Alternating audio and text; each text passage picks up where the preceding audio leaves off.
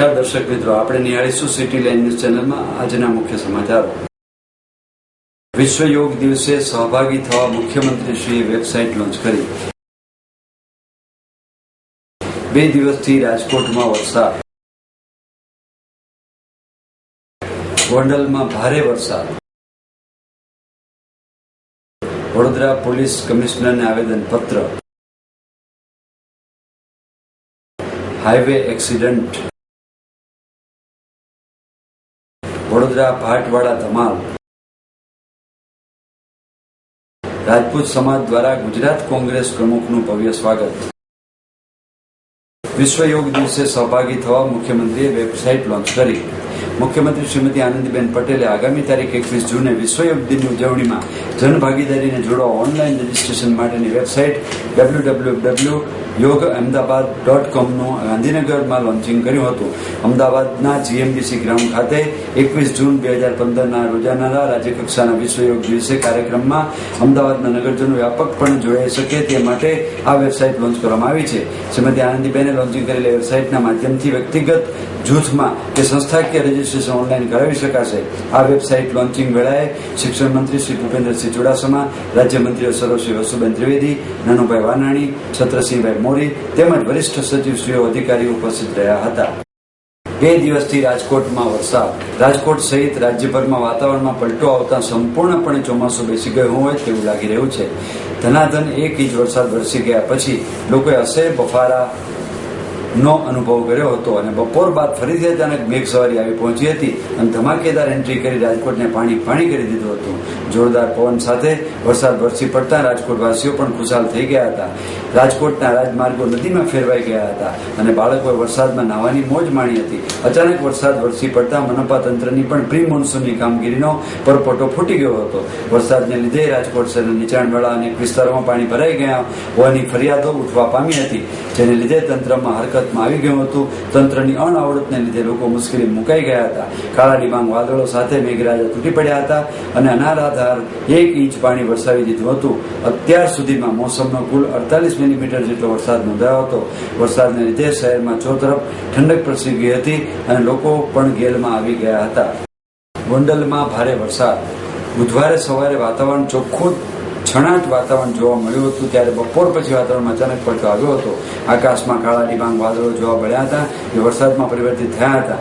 ગોંડલ છે સૌરાષ્ટ્રભેદમાં ધોધમાર વરસાદ વરસી રહ્યો છે. ગોંડલમાં ભારે વરસાદને પગલે નીચાણવાળા વિસ્તારોમાં પાણી ભરાઈ ગયા છે. 1 કલાકમાં 1 ઇંચ જેટલો વરસાદ પડ્યો હતો. વરસાદથી ગોંડલના રાજમાર્ગો પાણી થઈ ગયા હતા.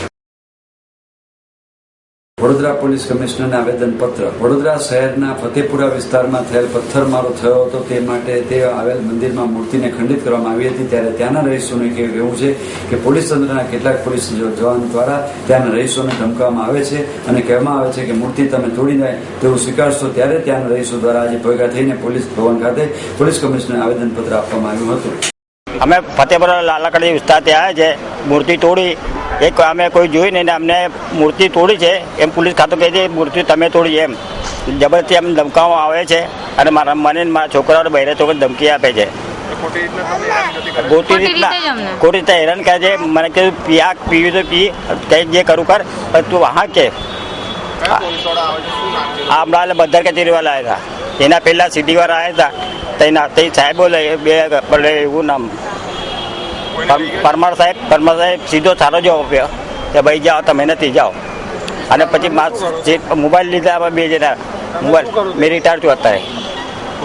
પૂજારી મંદિરે પૂજારી છું. બધા મંદિર બધા પૂજારી થઈને ભગવાનને તોડો. તમે હિન્દુ થઈને ભગવાનનું તો પૂજારી મેં છું, ભગવાનને મેં પોતે તોડું.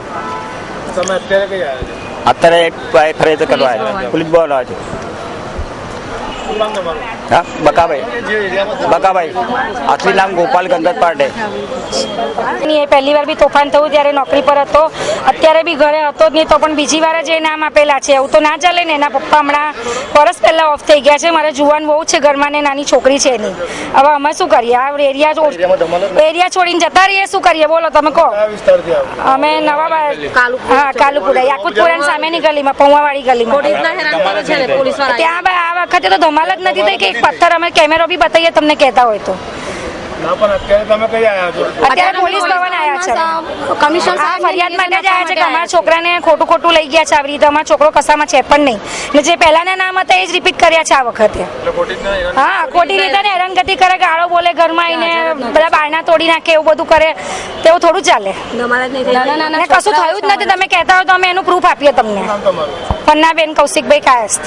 હાઈવે એક્સિડન્ટ બેફામ ચાલતા વાહનો દ્વારા કેટલાય નાગરિકોના ભોગ લેવાય છે, ત્યારે ગઈકાલે રાત્રે અમદાવાદથી નવસારી મજૂરી અર્થે જતા એક કારમાં 12 મજૂરો જતા હતા, ત્યારે એક્સપ્રેસ હાઈવે પર કારના ડ્રાઈવરે સ્ટીયરિંગનો કાબુ ગુમાવતા કાર આગળ જતી ટ્રકના પાછળના ભાગમાં ઘૂસી ગઈ હતી, ત્યારે તેમાં 3 મજૂરોના મોત નીપજ્યા હતા અને બીજા મજૂરોની ઇજા થતાં તેઓને વડોદરાની સયાજી હોસ્પિટલ ખાતે સારવાર માટે ખસેડવામાં આવ્યા હતા.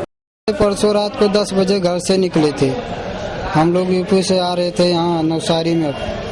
तो उसके बाद रात को अपने 1-1:30 बजे इधर आए तो एक ट्रक में अपना गाड़ी एक्सीडेंट हो गया, 4 व्हीलर थी. ये अपनों को मालूम नहीं सर, रोड क्या हम लोग नींद में थे, सो रहे थे, अभी एक्सीडेंट हुआ तब हम लोग जान पाए. आप बस में थे? नहीं, 4 व्हीलर थी. 4 व्हीलर में कितने जन? 14 लोग थे. सब पैसेंजर थे? नहीं, सब मेरे साथी में थे. कितने जन मर गए? 3 लोग है, 1-2 लड़की, एक मेरा सेठ, उसी का लड़की थी, वही 3 लोग. कहाँ से आ रहे थे? यूपी से. अच्छा, कोई काम करने जा रहे थे? हाँ, क्या काम करते? हम लोग पीओपी का काम करते हैं. મારું નામ પીએસઆઈ એમસી નાયક, ભાદરવા પોલીસ સ્ટેશન. ગઈકાલ રાતના લગભગ 1:30 થી 2 વચ્ચે મહી-કોતર એક્સપ્રેસ હાઈવે ઉપર એક ઇકો ગાડી ટ્રેલરની પાછળના ભાગે ઘૂસી જતા એક અકસ્માત થયો છે, જેની અંદર 3 વ્યક્તિઓના મોત નીપજ્યા છે, જેમાં એક પુરુષ તેમજ 2 બાળકીઓનો સમાવેશ થાય છે અને 10 જણ ઘાયલ થયેલા છે. સાહેબ, કઈ રીતના અકસ્માત થયો? અકસ્માત ટ્રેલર આગળ જતું હતું, તેની પાછળથી ઓવરટેક લેવા જતા થયો હોય એવું અમારું માનવું છે. કેટલા પ્રાથમિક જણ મોત થયું? 3 વ્યક્તિના મોત થયા છે, જેમાં એક પુરુષ છે અને 2 બાળકી છે નાની. કઈના લોકો છે? બધા ક્યાં જતા હતા? આ બધા મૂળ યુપીના લોકો છે, પણ નવસારી સ્થાયી થયેલા છે અને અમદાવાદથી નવસારી તરફ જતા હતા. કોઈ કામ અંગે જતા હતા? નહીં, નવસારીએ સેટલ થયેલા છે, ત્યાં જતા હતા. ધંધો શું કરે છે? ધંધો આ લોકો પ્લાસ્ટર ઓફ પીઓપીનો અને આ તે એનો ધંધો કરે છે. વડોદરા ભાટવાડા ધમાલ. વડોદરા શહેરને કોઈની નજર લાગી હોય તેમ શહેરના નાના મોટા ચમકલા થતા રહે છે, ત્યારે 2 દિવસ અગાઉ જ ફતેપુરા વિસ્તારમાં પથ્થરમારો થયો હતો, ત્યારે હજુ તે શાંત થયું નથી. ત્યાં તો ગઈકાલે રાત્રે ફતેપુરાના ભાટવાડામાં તોફાનીની એકાએક પથ્થરમારો કરી વિસ્તારની શાંતિની ફરી એકવાર ડોળવાનો પ્રયાસ કર્યો હતો. જો કે ઘટનાની જાણ થતાં ઉચ્ચ પોલીસ અધિકારીઓ તરત જ દોડી જઈ સ્થિતિ નિયંત્રણમાં કરી લીધી હતી. હાલ સમગ્ર વિસ્તારમાં જંપાભરી શાંતિનો માહોલ પ્રવર્તી રહ્યો છે. રાજપૂત સમાજ દ્વારા ગુજરાત કોંગ્રેસ પ્રમુખનું ભવ્ય સ્વાગત. સુરેન્દ્રનગર જિલ્લાના વડગામ ખાતે રાજપૂત સમાજ દ્વારા ગુજરાત પ્રદેશ કોંગ્રેસ સમિતિના પ્રમુખ શ્રી ભરતસિંહ સોલંકીના ભવ્ય સન્માન સમારોહ અને ખેડૂત સંમેલનમાં વિરમગામ, સુરેન્દ્રનગર, રાધનપુર સહિત નાંદોદરા રાજપૂત સમાજના 5000 કરતાં વધુ કાર્યકરો અને આગેવાનો ઉમટી પડ્યા હતા.